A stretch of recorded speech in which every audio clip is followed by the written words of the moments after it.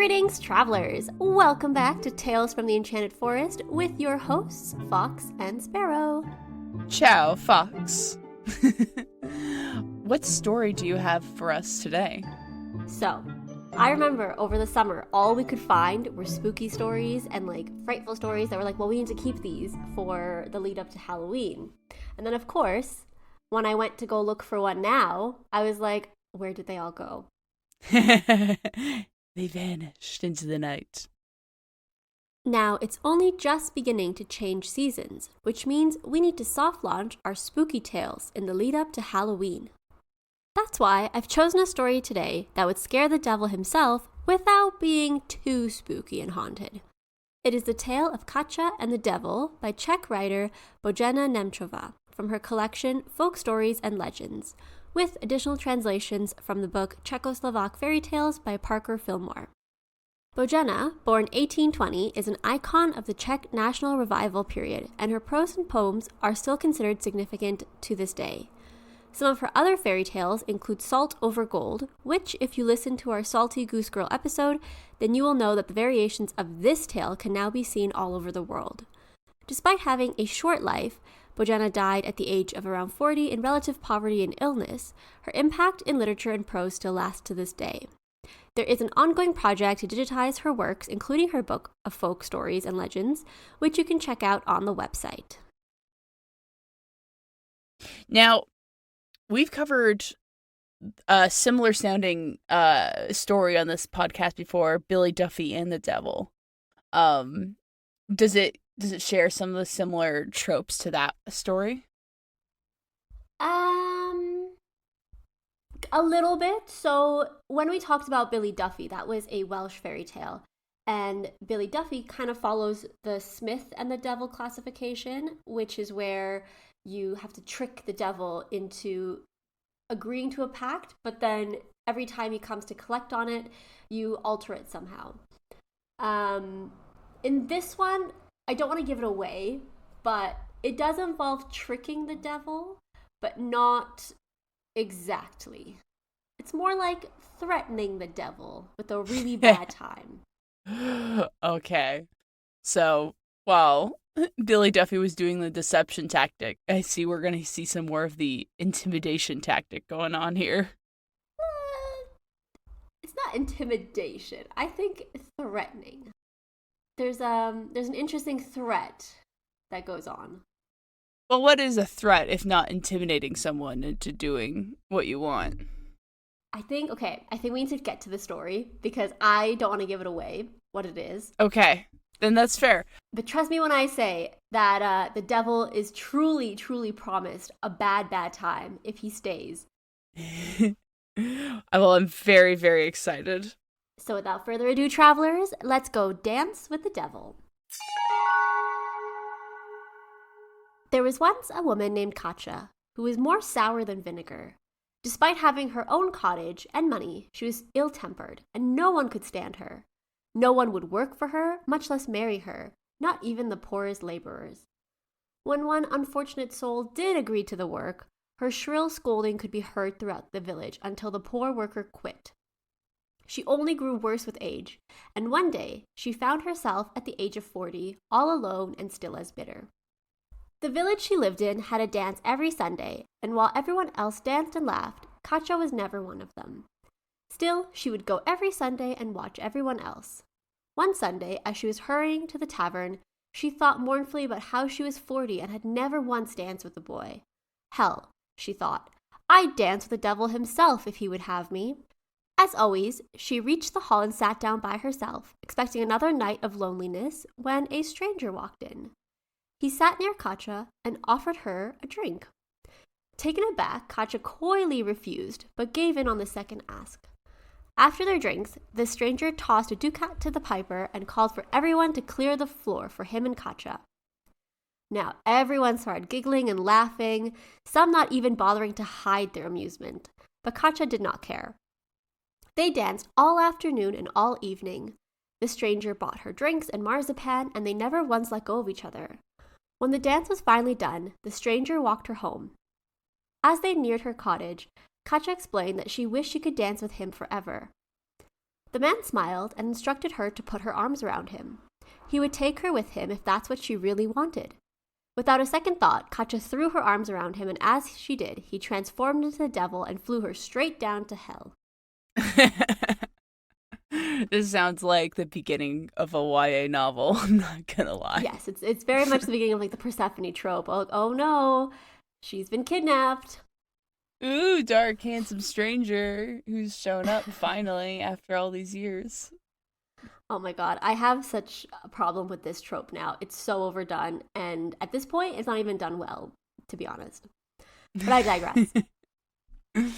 At the gates, the devil stopped and called for his comrades to come and get Katcha. He was tired and weary from the journey, but to his surprise, Katcha refused to let go. She held onto him with an iron grip, and nothing they could do made her budge. The devil finally went to the Prince of Darkness for help, but the prince scolded him for not using any common sense. Any normal dunce would have seen that Katcha would not let go of a man once she had him. What did she care if he was a devil as long as he was fine looking? Oh my gosh, I just liked how like the Prince of Darkness is a separate character, because I think often that title is also thrown upon the devil. So it's just really funny to be like, wait, hold on. There's two separate characters here, but also share the same name. I love it. I love this. It feels like this is just another devil from like another person going through their own trauma journey right now. And he's like, I got my own issues. You deal with this attached girl.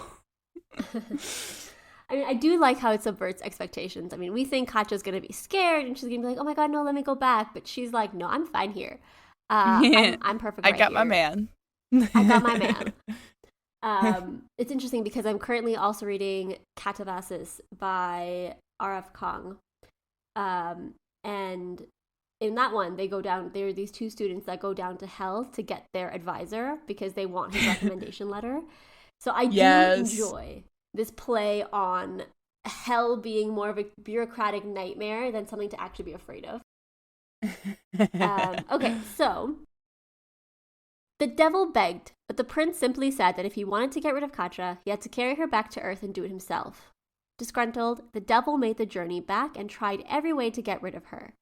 He cajoled and threatened and bribed, but nothing worked. If anything, he thought Katcha's grip around his neck only hardened. At last, he came across a shepherd wearing a massive sheepskin coat in a meadow.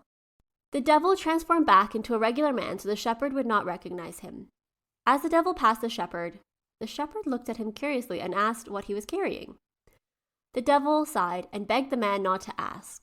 He explained that he had been walking when this woman grabbed hold of him and wouldn't let go.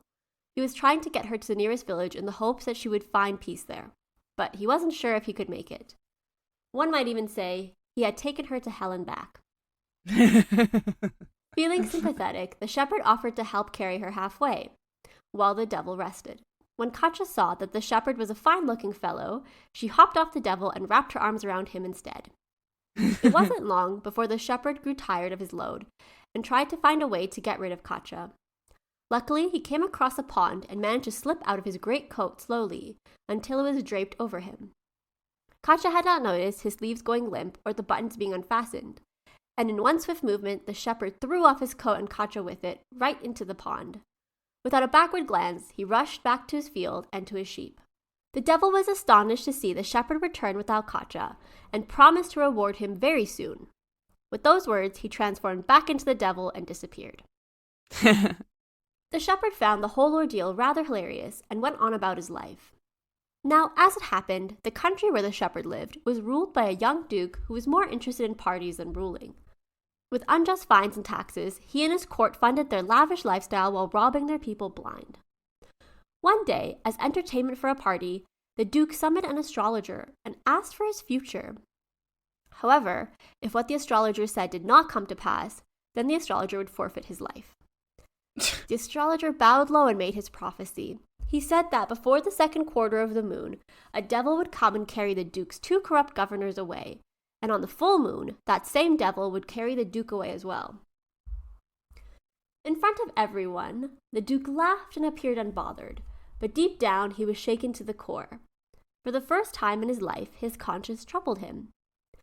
As for the two governors, they pulled their ill-gotten wealth into wagons and rode back to their castles, where they barred the doors and windows against the devil. Instead of hiding away like them, the Duke reformed his ways and corrected the abuses he had enacted on his people. He hoped that this small repentance might hold his wretched fate at bay. While all this was happening, none of it mattered to our shepherd, who lived in his own world and worried about his sheep and not much else. Until suddenly, one day, the devil appeared before him and told him that when the moon was in its first quarter, he was going to carry off the former governors of the land and take them to hell. However, the governors had behaved themselves, and so they were to be given a second chance. To both reward the shepherd and instill fear in the men, the devil instructed the shepherd to come to the castle gates on the day of the kidnapping and threaten him. The shepherd should shout, "What do you mean by this? Get out of here or there'll be trouble." Then the devil would pretend to be afraid and flee, after which the shepherd should demand 2 bags of gold as payment from the governor. If the governor refused, the shepherd should threaten to call the devil back, and the devil would indeed return. The devil told him to use the bags of gold for good, because he would only return once more and it would be for the Duke himself, who was beyond saving. Should the shepherd try to save the Duke, he would have to pay with his own skin. I like how at this point, our titular character is just gone. Like, we unclawed her or, like, detached her from the devil, and it's like, okay, you go cry in the woods or something. We're now focused on this shepherd character. Yes, Katcha is not part of the story anymore. Oh no, I actually feel sorry for her. Like, that's I do feel sorry rough. for her. The idea that someone at 40, I mean, to be fair, the title of the story is Czechoslovakian Fairy Tales, so that kind of tells you that this is not a recent story at all. And to be honest, the idea that after a certain time, women were no longer desirable made sense at the time when you had a shorter lifespan anyway. Mm-hmm. Nowadays, it's kind of like, well, he kind of brought it on himself. She didn't woo him, he wooed her. That's kind of like gaslighting, devil. Yeah, exactly. He told her to climb on. Yeah, it's like, oh my goodness. Yeah, she felt like she found someone. She was like, oh, this is going to be really nice, and was hanging on to it, and then got tricked out of it, and now is just left in the middle of the woods in a random place. Yeah, the devil is a love bomber. He bought her treats, he asked her to dance, he made her feel desirable, then all of a sudden he turns around and says, "You're too clingy." Wow.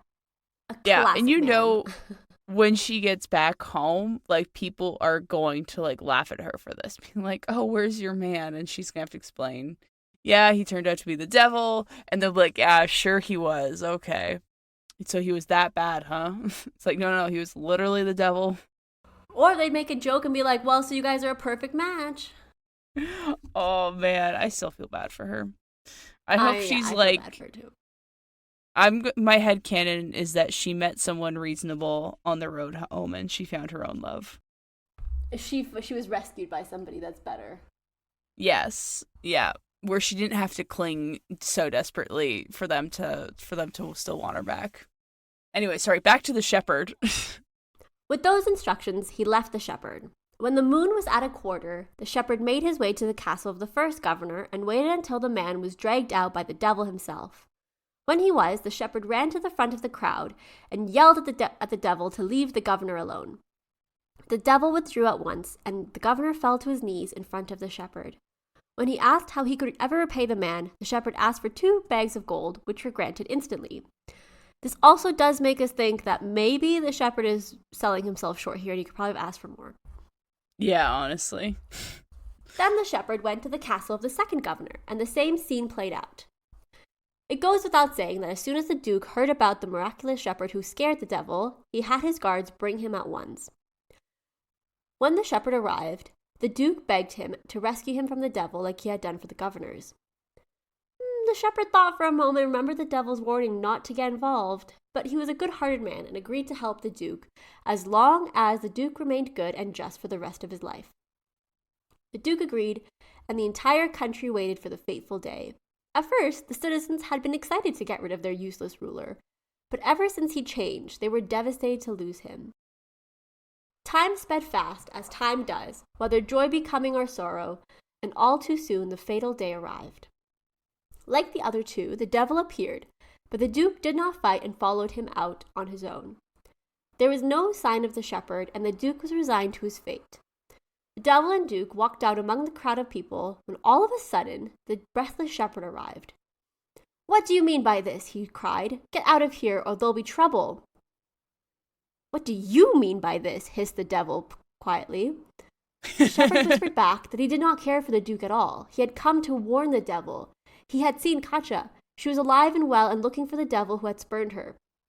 Hearing the name Katcha was enough to make the devil flee at once. And while everyone cheered, the devil laughed to himself at the thought of the devil being deceived so easily. As for the Duke, he was so grateful that he made the shepherd his chief counselor and loved him as a brother. And well he might, for the shepherd was a sensible man who also gave him sound advice. And that is the story of Katcha and the devil. Oh, I love that so much. Like, he did have this plan. Like, oh no, I know your true fear. And it is this 40-year-old woman with like a really strong grip. I mean, I do like, and that's what I meant by the threatened thing. So he doesn't intimidate, because the shepherd doesn't intimidate the devil so much as Katcha does. And it's the threat of Katcha, which is really funny to me. Yeah, the threat of her. No, you're totally right. Look at the devil being afraid of accountability for his actions. He's like, this is why you don't go love bombing like this, bro. You never know. Wow, and the Duke actually changed. I really thought for sure this Duke was gonna go back to being terrible, and then the shepherd been like, wait, come back. So before I found this story, I had actually found an opera called The Devil and Kate. And that one, honestly, I much preferred that story because it's more about Katcha trying to escape from hell with the shepherd's help, and she has to go through these tests. But I felt like the original story is also great, and I will be putting a link to the opera because the entire opera is available on operavision.eu, and it is so funny. It's really fun. So Dancing with the Devil is its own kind of saying, and there are some folk tales about this where young women will be seen dancing with someone who then is a stranger but later is revealed to be the devil, and then she either disappears or she has to be saved by somebody, or he disappears and she never sees him again until she learns that he was the devil. There's also a French-Canadian tale, The Legend of Rose, or The Beautiful Dancer, and she's this young woman who really likes to dance, and she ends up dancing with this mysterious stranger, but it turns out that he is the devil.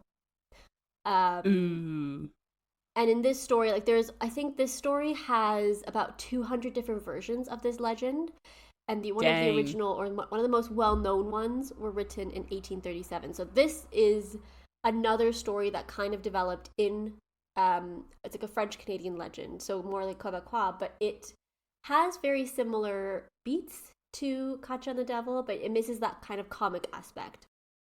Since I think in this one, she disappears and then she needs to be saved, and then I think she dies. I do appreciate the comedic aspect of it, because often things surrounding the devil are most often like supposed to be scary, like, okay, yeah, like this is a warning, don't mess with this, or like modern stuff, it turns into like a romantasy type deal. So I feel like I don't often see the comedic version of this, of like the devil getting outwitted in some way, shape, or form. And we kind of talked a bit about that with Billy Duffy and the Devil too. His whole thing was outsmarting the devil, and tricking it out of all the goods and getting like the better end of the deal. Yeah, and we love that. Oh, they're just so fun. We love a good trickster, you know? Yes.